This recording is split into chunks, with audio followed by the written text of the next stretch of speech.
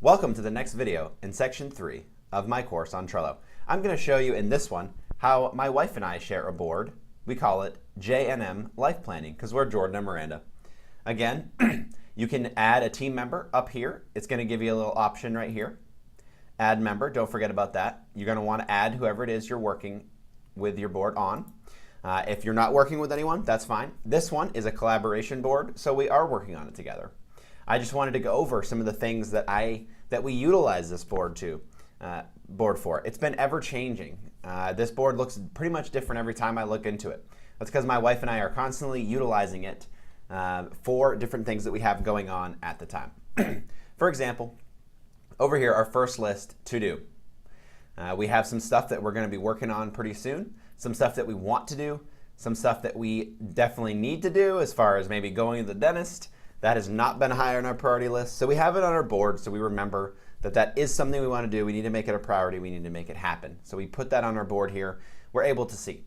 Now, again, the important thing about Trello organization is to not have it get overwhelming.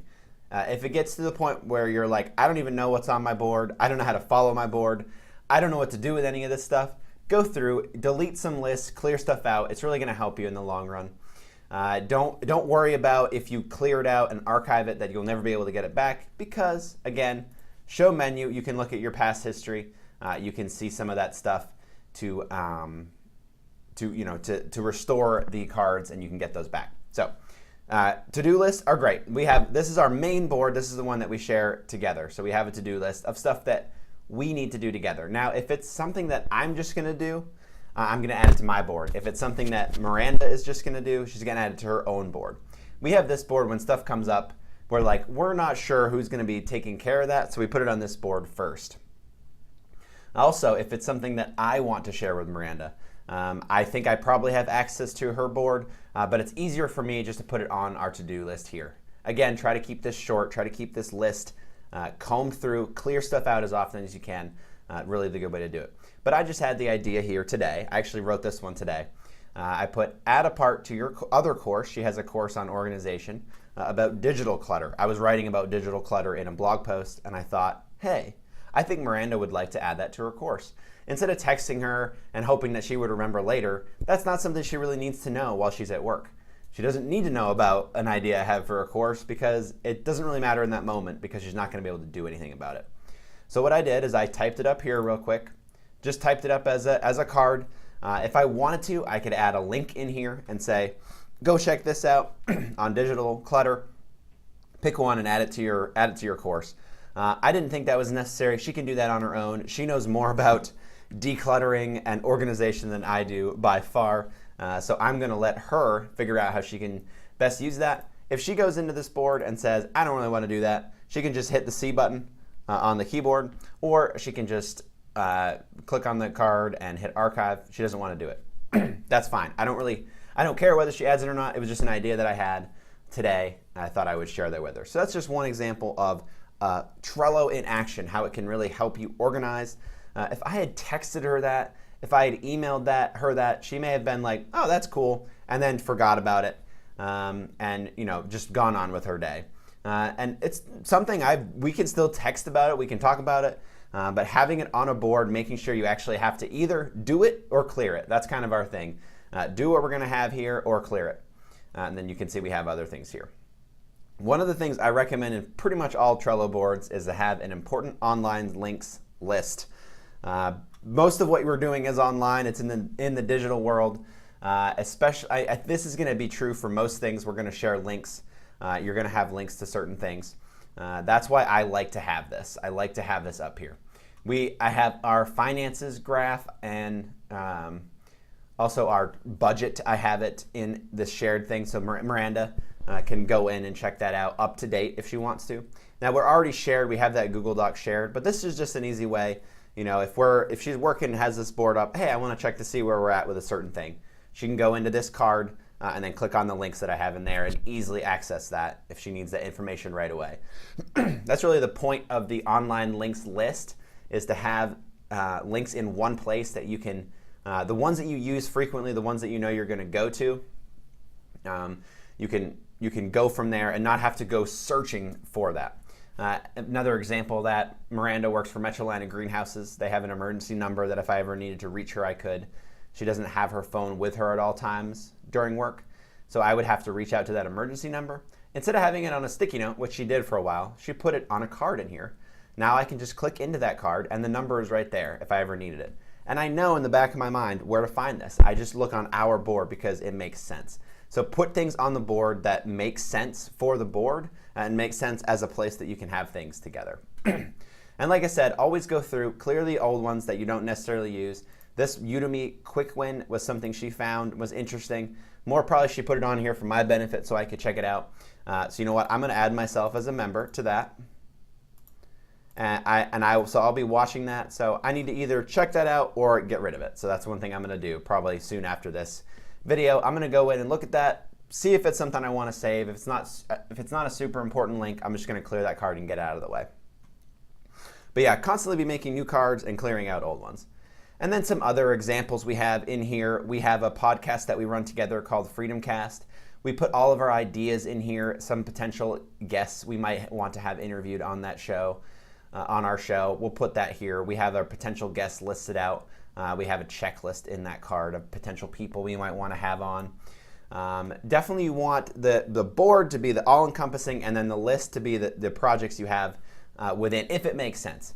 Now, if our podcast gets bigger and we need to do more and more with it, I would create our own board for our podcast. At this time, really, we just need a list that has cards with ideas. We don't need different lists that encompass our podcast. It's just not something that's necessary. You can decide on which is needed, whether a board or a list is needed. Start with a list inside of a bigger board, and then if you need to break out from there, definitely do that. But we have information in there.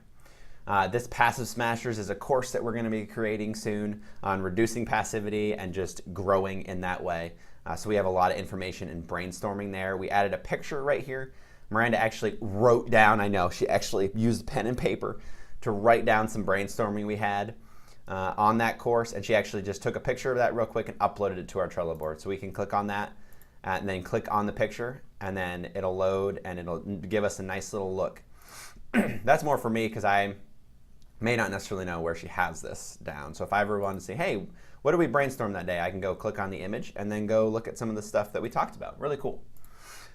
So those are the lists. Me and Miranda right now are going through the Whole30 diet program. So we have a list in here for Whole30 compliant recipes. Again, it makes sense to have it in Trello. I've used this list several times when we're out shopping or if I'm making a list. We often will make a new card that says the date. We had one recently that was like well, it's not the 18th yet, but it was 6/15 or 6/14, and then I had a checklist in there of stuff that we needed. You can just name checklist, milk, oops. You can see real quick, I'm just gonna type milk and eggs, even though we can't have milk, it'd be coconut milk.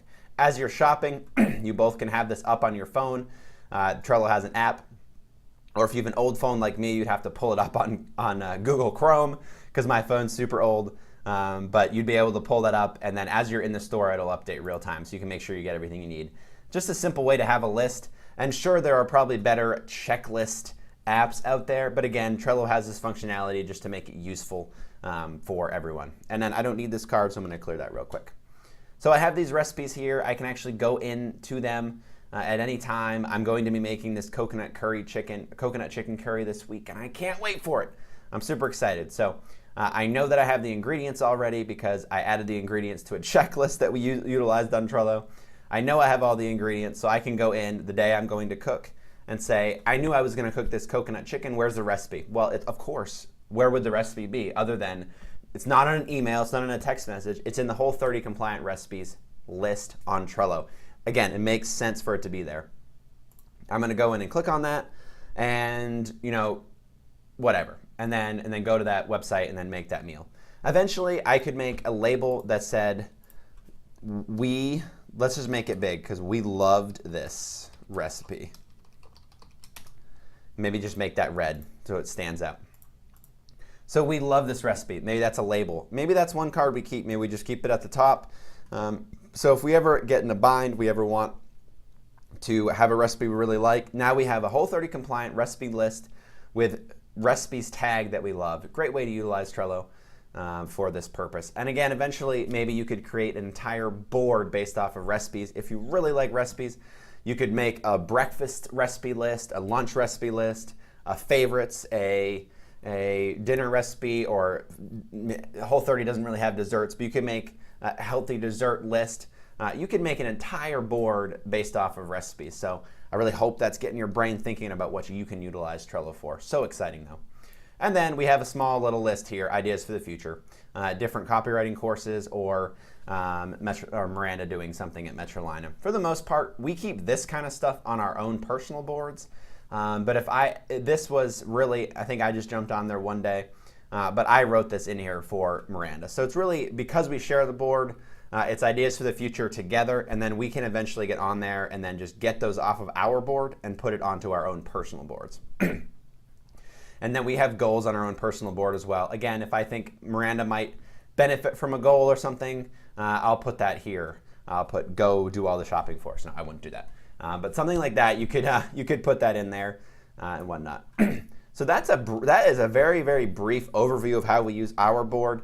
It's something that will be moldable. It'll conform to whatever we're doing at the time. If we get into a new workout regimen, if we get into a new diet, I'm sure we'll add a list for that in the future. As we start doing new things, as we start getting new experiences and traveling more, eventually we'll have a places we want to travel list. I think I had that up, but I only had one card in that, so then Miranda just moved it to this online links. We eventually want to go on an Iceland hike. I have a link in there for more information about an Iceland hike. So eventually, as we do want to travel more, we will make that a list, and then we'll start to add things in there. And again, eventually we could even make that into a board all on its own. So I'm going to give you some more demonstrations of Trello boards, how I actually utilize them in everyday life. And I hope that you will find them interesting. I know it can be tough at first to really figure out how you want to utilize it, but this is really going to help you figure out how to utilize it for your life. So definitely stick with me, and I will see you in the next video in this section.